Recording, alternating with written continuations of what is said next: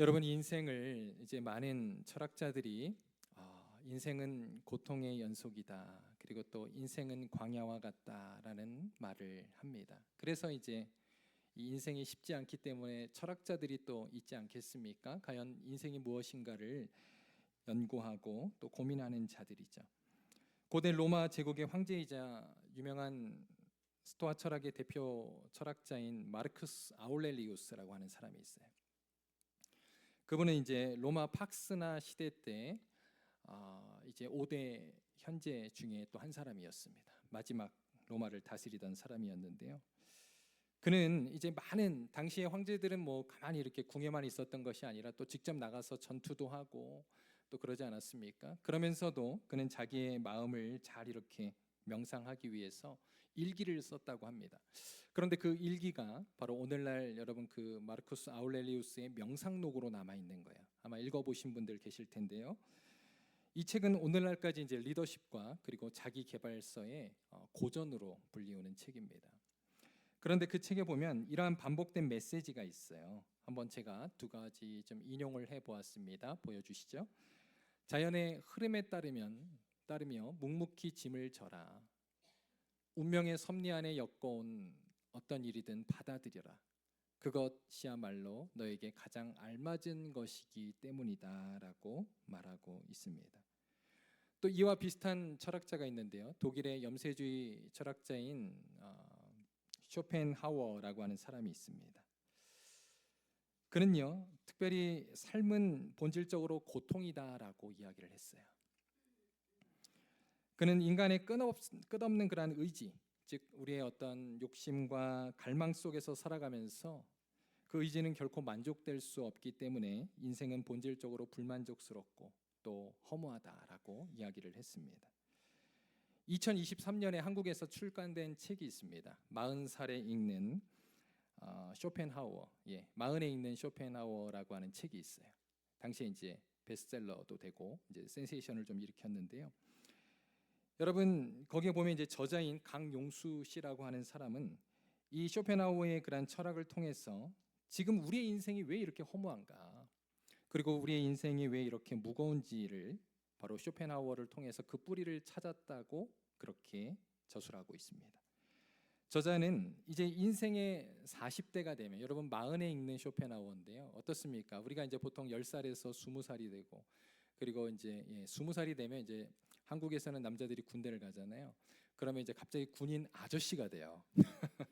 그런데 이제 여기 이제 30까지는 조금 괜찮은데 이제 한 40이 딱 되면 40세 생일을 맞으면서 이렇게 마음이 싱숭생숭합니다. 진짜 아저씨가 된 것 같기도 하고, 굉장히 이렇게 좀 책임감도 느껴지고 합니다. 그런데요, 이 저자는요, 이 40대를 이렇게 이야기하더라고요. 어느 정도 꿈은 이루었지만 이제 마음이 채워지지 않음을 느끼는 시기다라고 이야기합니다.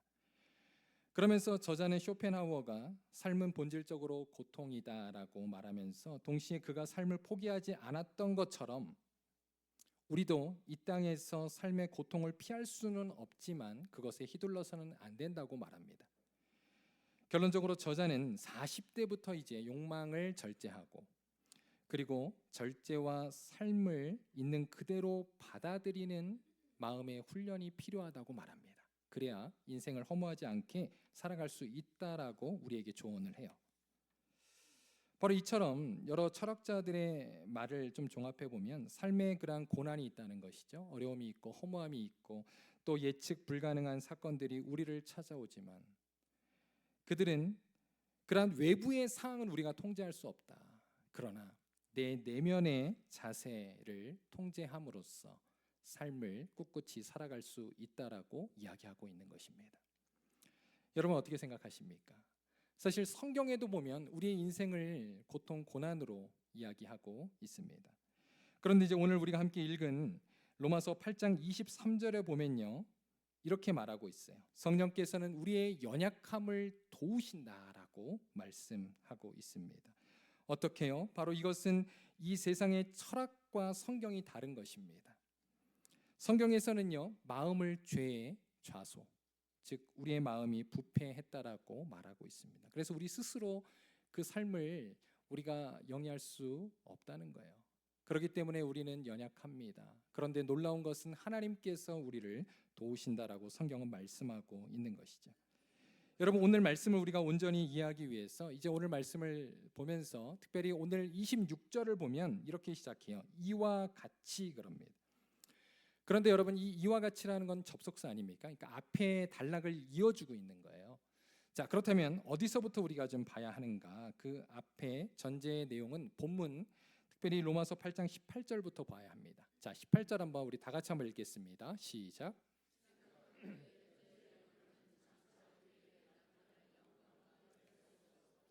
자, 여기에 보면 바울도 지금 현재를 고난으로 정의하고 있어요. 그죠? 그리고 장차, 이것은 이제 미래 아닙니까? 미래는 우리에게 나타날 영광과 비교할 수 없는 그러한 소망의 시기로 말하고 있습니다.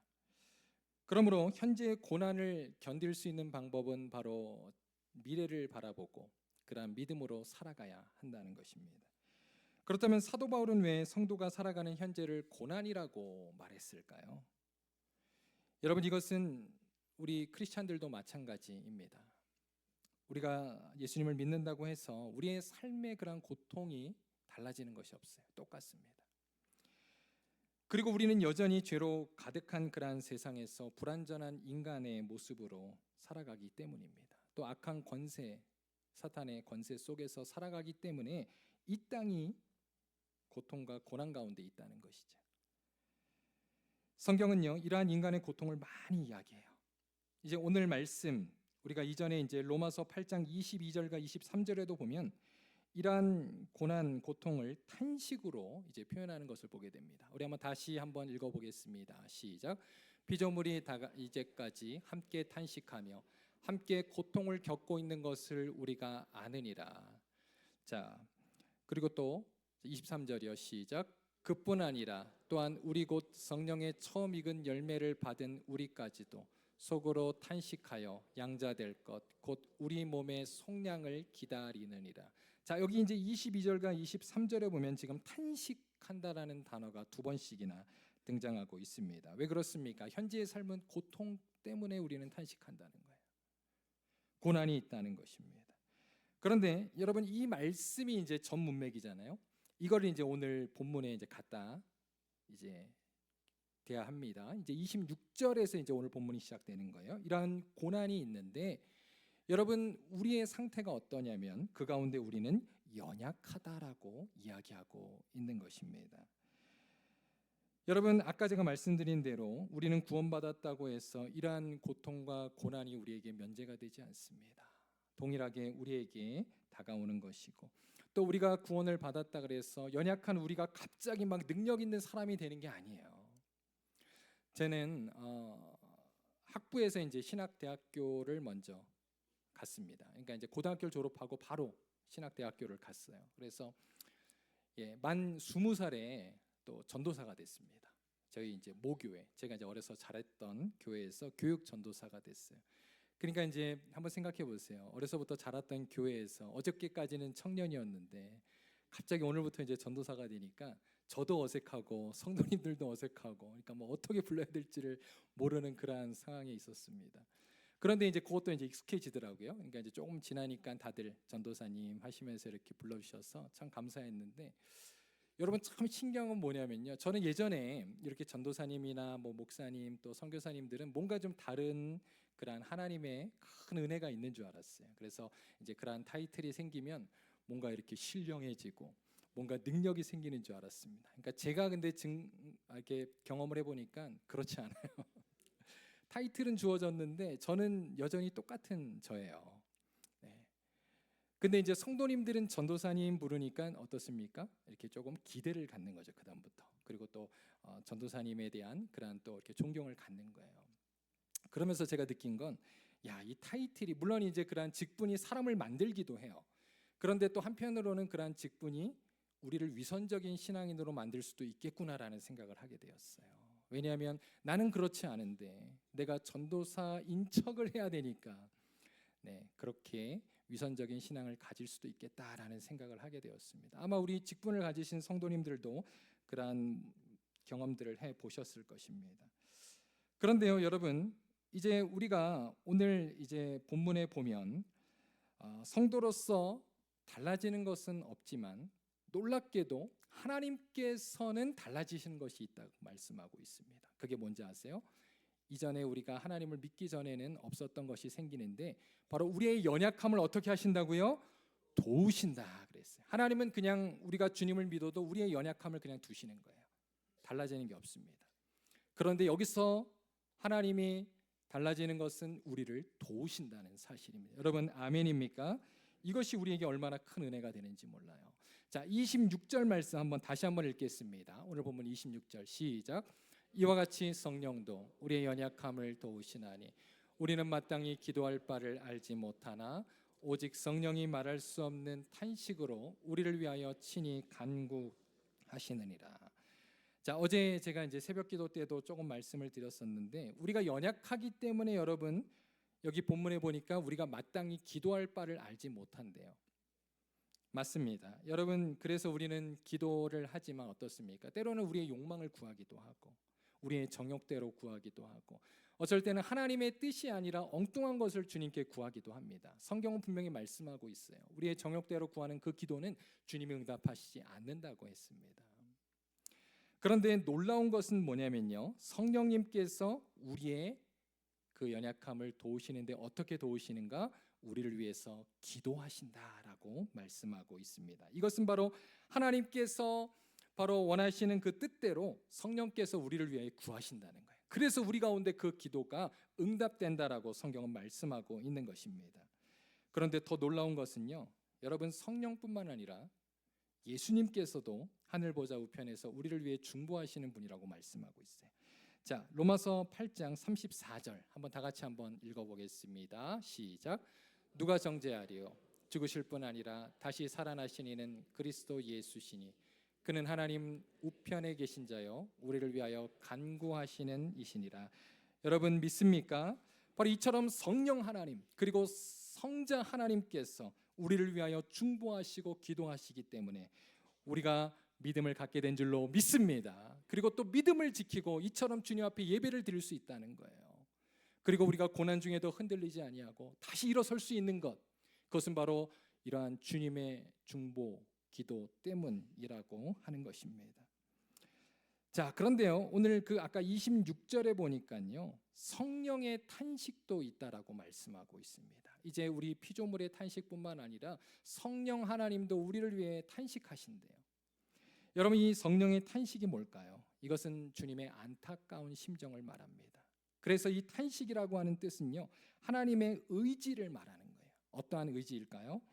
우리의 연약함에도 불구하고 주님은요, 바로 우리를 향한 당신의 뜻을 반드시 성취하시고자 하시겠다는 그러한 주님의 의지가 담겨 있는 것입니다. 그러한 하나님의 열심이 담겨 있다는 거예요.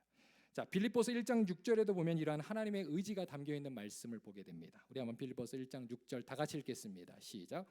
너희 안에 착한 일을 시작하시니가 그리스도 예수의 날까지 이루실 줄을 우리는 확신하노라. 보세요.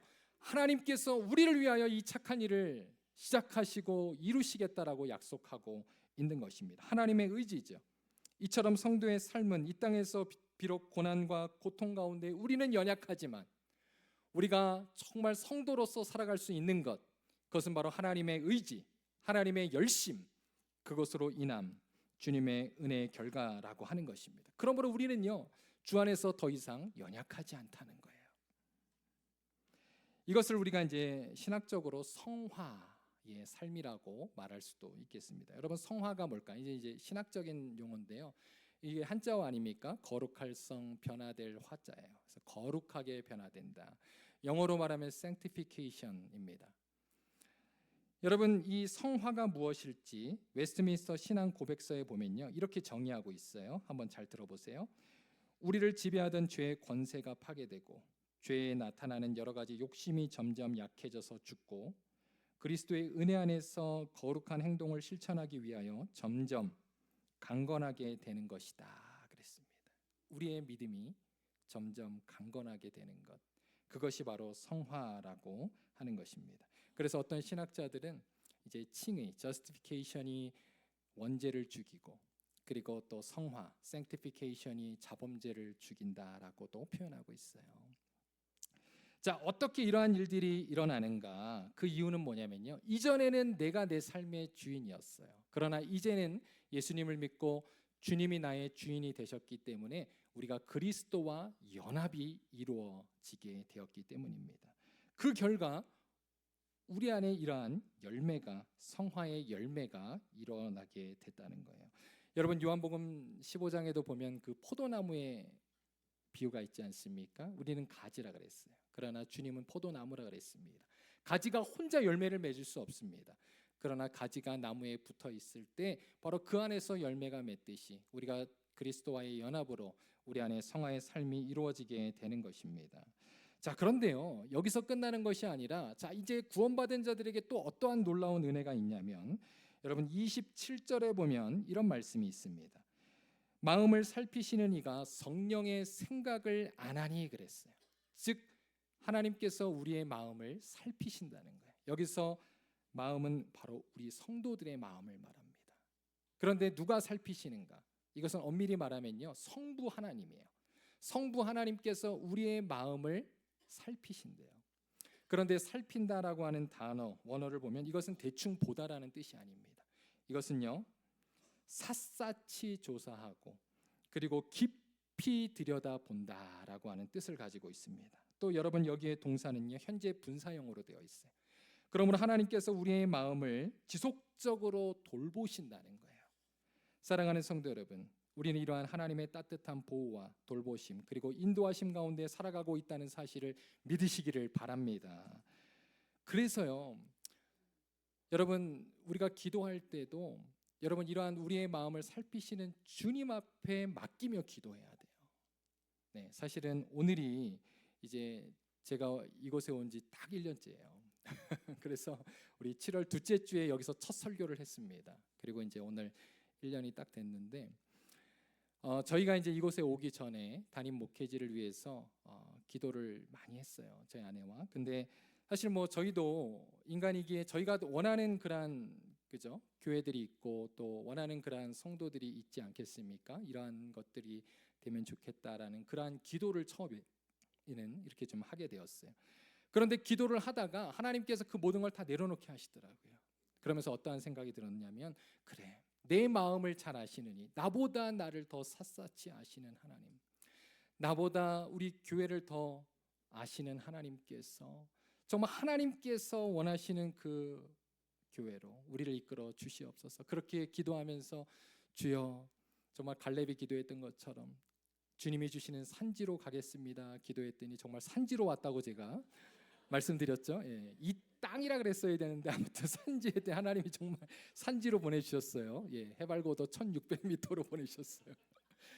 아무튼 여러분 어떤 기도를 하고 계십니까?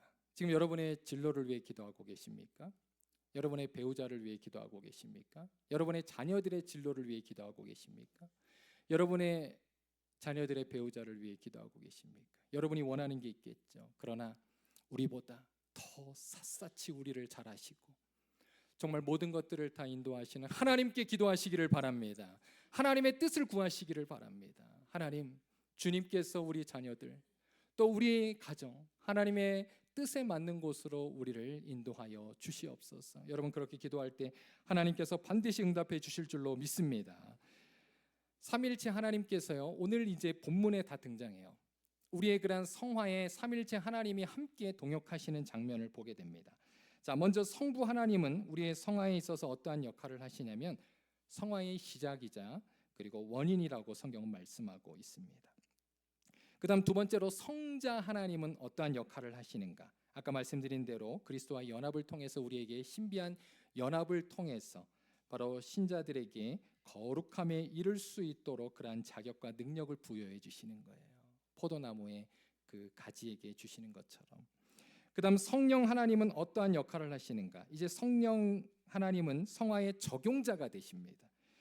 그래서 바로 성령께서는 우리 안에 끊임없이 일어나는 죄를 회개하게 하시고 깨닫게 하시고 또 주님 앞에 돌이키게 하시고 또 우리로 하여금 점점 그리스도의 형상으로 빚어 가시는 것입니다. 이거 바로 삼일체 하나님의 역사, 그런 그 동역을 통해서 우리 성도가 성화의 삶을 이룬다는 거예요.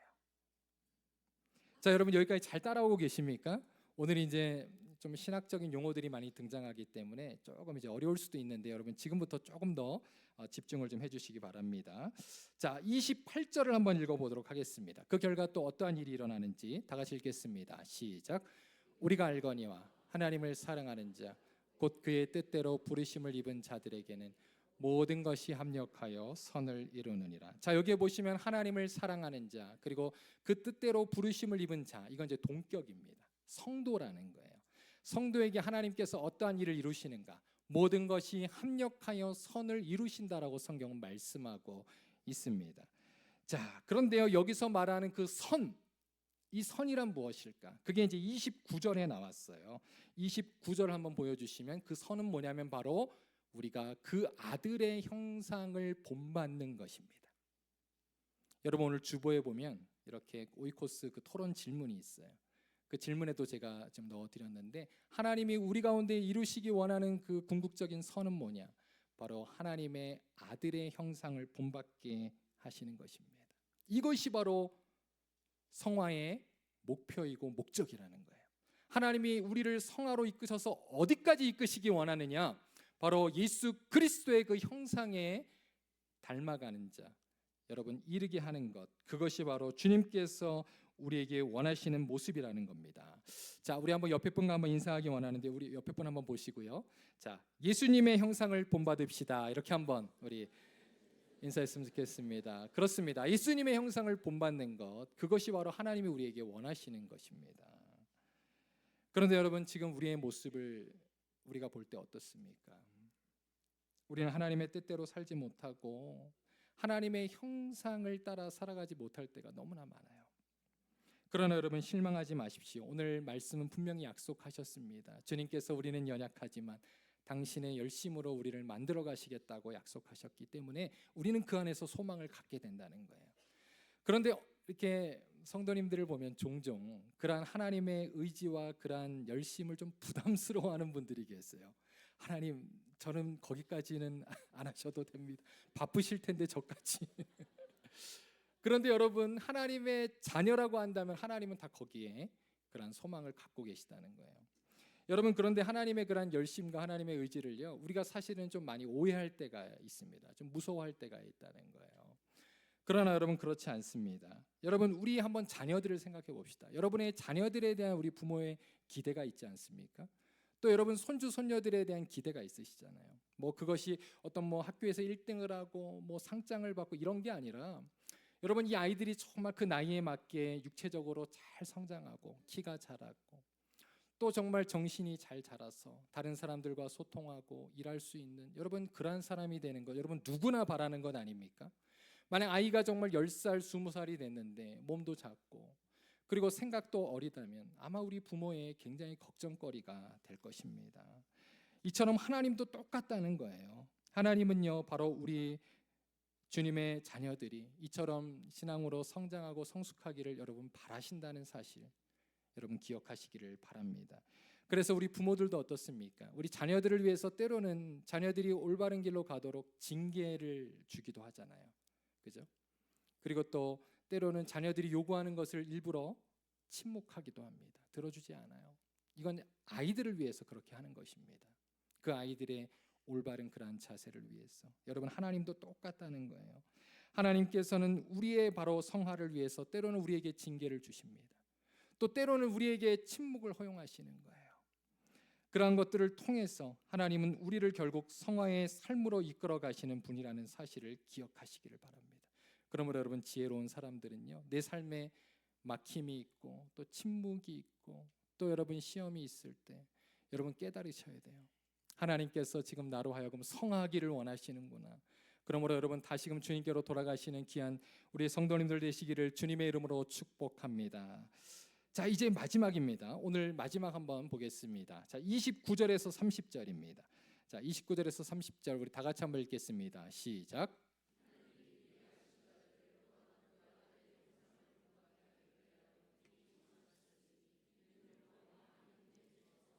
맏아들이 되게 하려 하심이니라.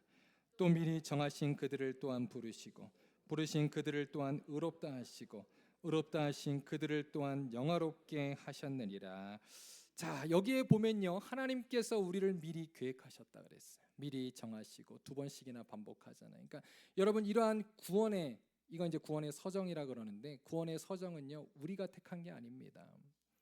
하나님의 택하심 가운데 시작되었다는 거예요. 하나님의 은혜로 우리가 성화의 삶을 살아가고 있다는 것입니다. 그렇게 해서 하나님은 궁극적으로 우리로 하여금 영화의 그러한 삶까지 인도하신다는 거예요. 하나님은요, 바로 이러한 구원의 서정을 주님의 은혜로 우리를 이끌어 가시는 것입니다. 여러분, 그렇다면 이제 끝일까요? 하나님 감사합니다. 여러분, 이러면 우리는 끝나는 걸까요? 그렇지 않습니다. 여러분, 사실 성화에는요, 두 가지 측면이 있기 때문입니다. 우리가 지금까지 나눈 것은요, 이제 수동적인 성화를 이야기한 거예요. 수동적인 성화라고 하는 것은 바로 지금까지 나눈 대로 이 모든 것이 구원의 서정이 바로 하나님의 선물임을 말하고 있는 것입니다. 성화는 바로 하나님의 은혜로 성도들에게 주어진 것이죠. 자, 우리 한번 말씀 하나, 우리 그 증거를 한번 찾아보겠습니다. 에베소서 1장 4절. 자, 에베소 1장 4절 다 같이 읽겠습니다. 시작. 또 창세전에 그리스도 예수 안에서 우리를 택하사 우리로 사랑 안에서 그 앞에 거룩하고 흠이 없게 하시려고. 자, 보세요. 여기도 창세전에 우리를 택하시고 우리로 사랑 안에서, 그죠? 그 사랑 안에서 그 앞에 거룩하고 흠이 없게 하신다. 여러분, 이거 성화 아닙니까? 주님이 이렇게 우리를 이끌어 가신다는 거예요. 이게 바로 수동적인 성화입니다. 그런데 여러분, 여기서 끝나지가 않아요. 하나가 더 있는데 마치 동전의 양면과도 같은 것입니다. 이 안에는 바로 능동적인 성화도 있다는 거예요. 능동적인 성화라는 건 내가 하는 것, 즉 자발적인 성화가 따르게 된다는 겁니다. 이건 자연스러운 반응이에요.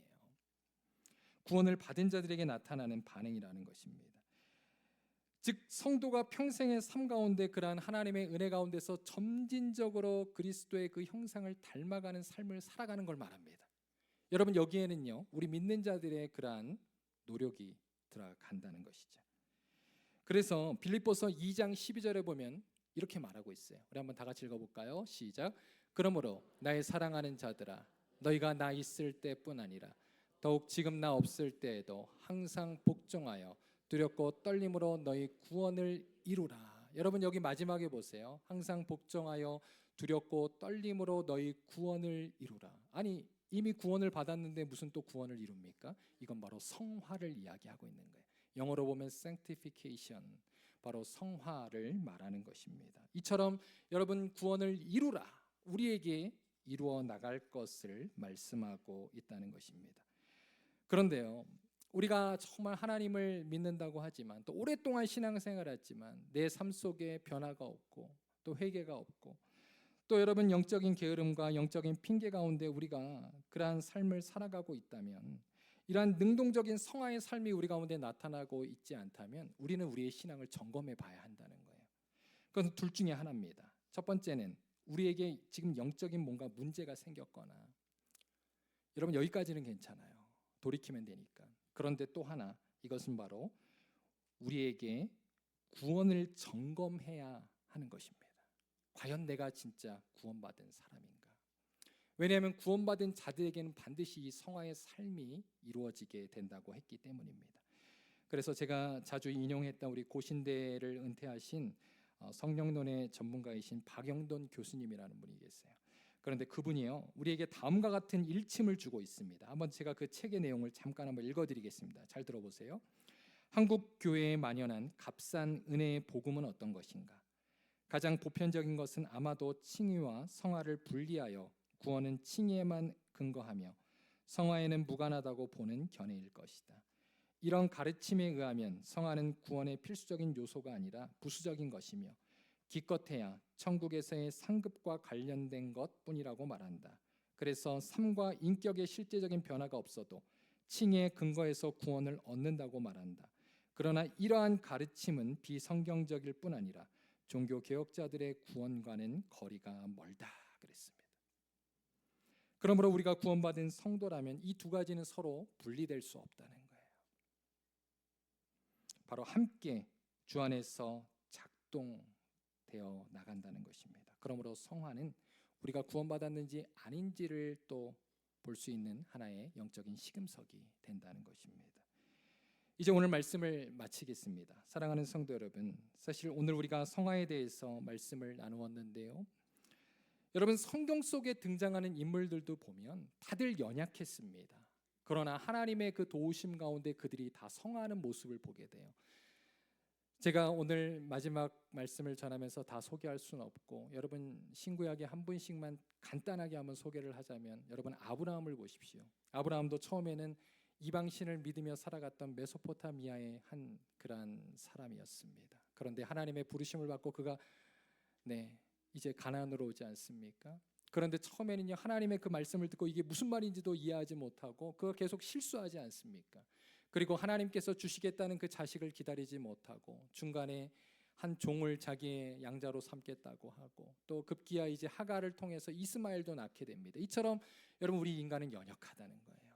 그러나 거기서 끝나지 않았습니다. 그는 결국 마지막 창세기 22장에 보면 이삭을 하나님께 바치는 그러한 모습을 통해서 그의 신앙이 성화하는 모습을 우리는 보게 됩니다. 또 여러분, 신약의 베드로를 생각해 보세요. 베드로는요, 자기 열심이 아주 강한 사람이었습니다. 고집도 센 사람이었어요.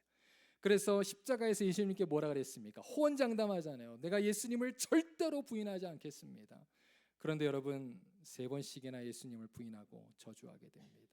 자기에게 실망하고 고향으로 낙향했을 때 부활하신 예수님을 다시 만나 그가 회복되지 않습니까? 그리고 이제 사도행전에서 성령을 받고 그가 변화돼요. 그래서 사도행전에 나타난 여러분 베드로의 모습을 보면요, 더 이상 자기를 의지하는 베드로가 아닙니다. 성령을 의지하고 겸손한 그러한 베드로의 모습을 보게 됩니다. 그를 통해서 하나님께서 많은 영혼들을 붙여주시잖아요. 그리고 결국 그는 나중에 로마까지 가서 주님 앞에 귀한 순교의 열매로 그렇게 또 최후를 맞이하게 되었던 것입니다. 이처럼 여러분, 성경의 모든 인물들이 그저 구원받고 끝이 아니에요. 그들의 삶으로 그들이 구원받은 자들임을 증명하고 있다는 것입니다. 그렇다면 우리는 어떻게 살아가야 할까요? 여러분, 오늘 우리가 물어야 할 것, 그것은 나는 구원받은 자들로서 하나님이 원하시는 삶을 어떻게 살아갈 것인가? 우리는 질문해야 합니다. 무엇이 하나님을 영화롭게 하는 것인가? 우리는 질문해야 합니다. 비록 우리는 연약하지만 나를 도우시는 하나님의 은혜와 함께 그리스도의 형상을 이루기까지 성화의 삶을 살아가시는 저와 여러분의 믿음의 삶 되실 수 있기를 간절히 축원합니다. 같이 기도하겠습니다.